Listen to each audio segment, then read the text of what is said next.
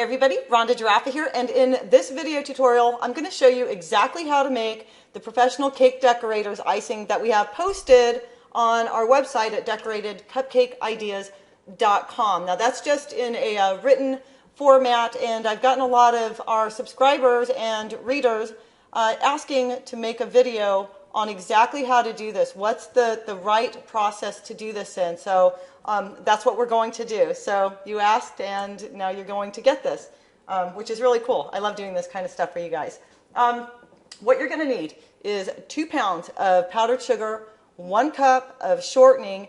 Now, most of you that know me know that I love using high ratio shortening in my icing, but I know a lot of you cannot find it. So I found these little guys, which are the Crisco shortening bars. They come 3 a package, and they're evenly portioned out at 1 cup each. So you just take them out of their packages and dump them right in the bowl. It's that easy. You don't have to measure them out or anything.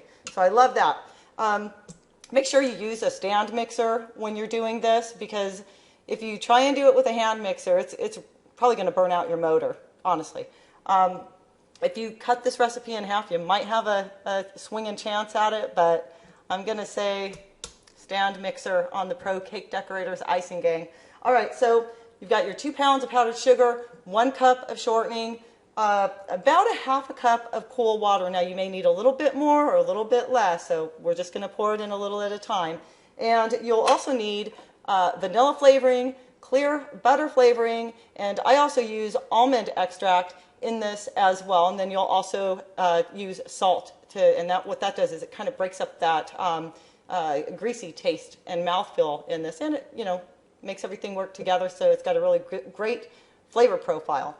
All right, so what you're going to do is just dump your shortening in. I've already dumped mine in to save time, and we're going to go ahead and cream that shortening down just so it's broken up a little bit. Also, make sure you got a nice big spatula, because you're going to want to scrape down the sides of your bowl a few times through this process. So we've got this creamed up here pretty good, and now what we're going to do is start adding in our powdered sugar. So let's just get this shortening off the bowl here real quick. Again, always a good idea to keep everything scraped down. So we'll start adding this in. Let me grab a measuring cup here for everybody. Otherwise, I'm going to have a big, gigantic mess. If I weren't doing this on video, I'd probably just be pouring it in and letting my powdered sugar fly everywhere. That's just the kind of gal I am, I guess. All right, so let's get that in there. And because this is the larger batch, this is actually a doubled batch of my original version. So most people are posting, to do 1 cup, or 1 pound of the powdered sugar and a ½ cup of shortening, but that's never enough for me. So now what you're going to do is just go ahead and let this start mixing in, and do about 1 pound of it at a time. Otherwise, it will fly everywhere. So get that going, and what you'll see is when this is starting to mix in, it'll just kind of start getting a, like a pie crust look to it, if you will, just kind of crumbled up a little bit. Now we're going to add in the rest of the powdered sugar, just enough to get it so it's not flying out all over the place. It's still going to fly a little bit. Go ahead, dump the rest of it in.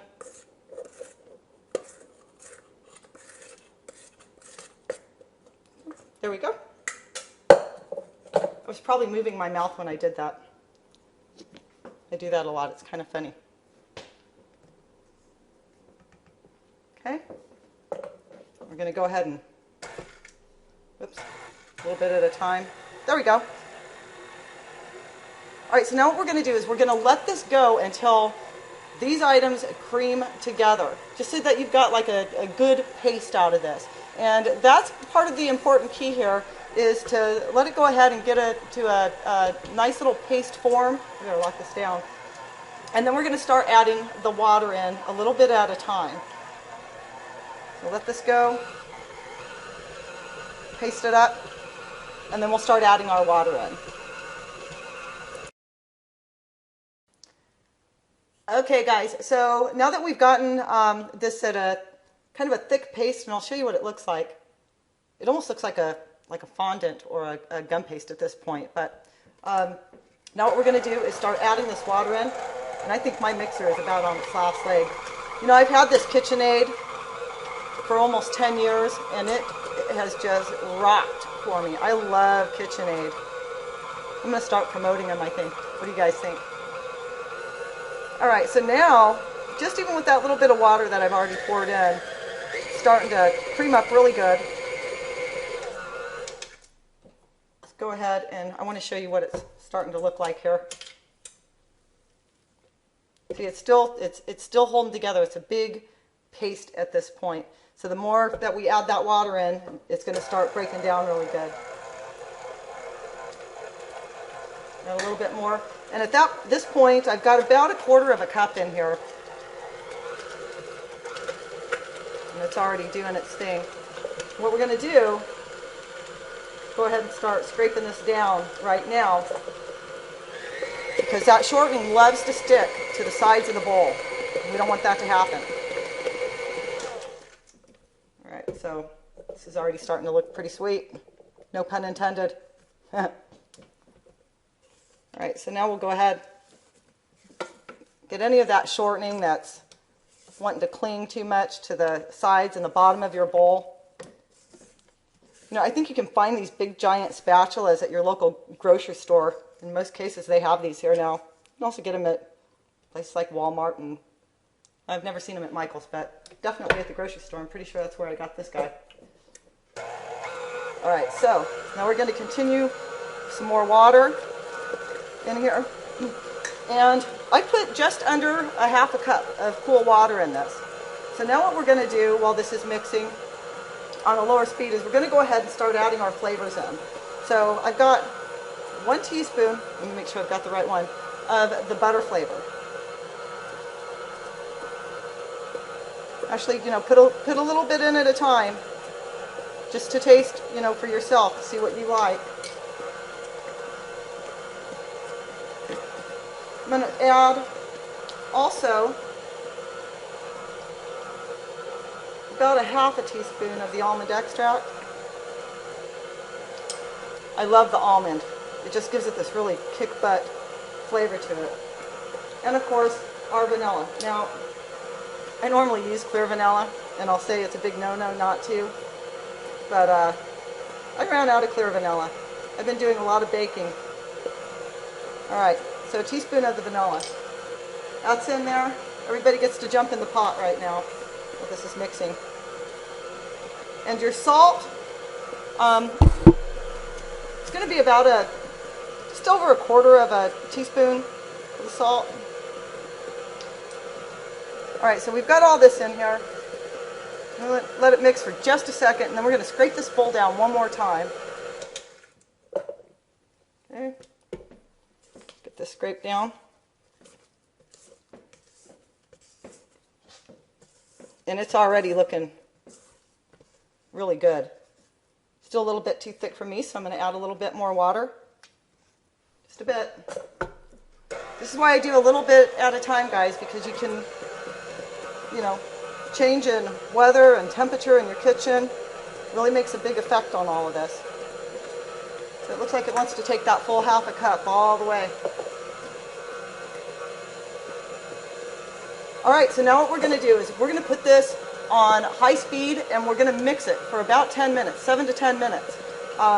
Then we're going to come back after that's done mixing, and we're going to turn it on low speed. So I'll show you what it looks like after, you know, about 7 or 8 minutes. 7 to 10 minutes, that's what you want to do with it. So that's where it's going to go. On my KitchenAid mixer, I have this on number 6, just so you guys know. All right, let's let this mix, and I'll put this on pause, and we'll be right back. Okay, everybody, so we're on our last leg here. We've let this mix for approximately 10 minutes, and it's pretty thick still. So you can see it's got a good hold to it. Now, when would you want it this thick? Well, you'd want it this thick if you were doing, you know, roses and things along that nature. It can actually be a little bit thinner than this, but You know, it's at a great point right now. It's really beautiful. It's creamy. Let me explain why we're going to put this on low speed now. When you put it on high speed, that's starting to create that volume in there. And now that we've created volume, we got a lot of air pockets inside of this. So when we put it on low speed for the remainder of time here, it's going to just make it so smooth, so silky and creamy.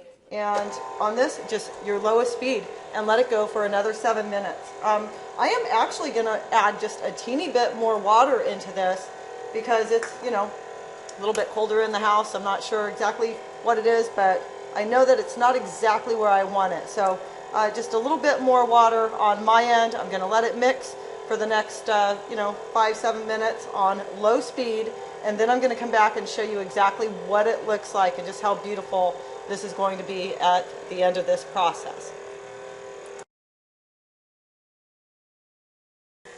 Okay, everybody, we're on our last leg here, and this pro icing is done. It looks beautiful. Exactly what I wanted. What I want to do is show you how great this holds up. I already filled up a pastry bag here with it. This is a Wilton featherweight bag. I like using these. I also use wax paper, parchment paper, whatever I get my hot little hands on. But let me show you how good this holds up. And I'm a lefty, so it might look backwards to you, but just so you can see the stability. Oops, probably hit that microphone. But let's see if I can get that in a good view for you. I'm not sure if you can see it. But you can see that this icing is beautiful, it's strong, it's smooth, it has so much stability to it, and it makes perfect roses, it makes perfect regular icing for your icing your cakes and cupcakes and anything else in the world you want to ice with this. My favorite recipe in the whole world.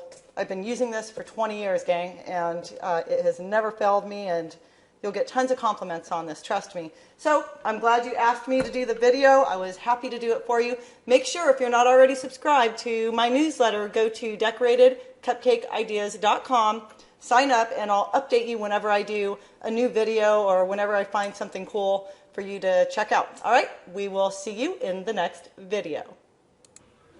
For more great ideas, visit decoratedcupcakeideas.com.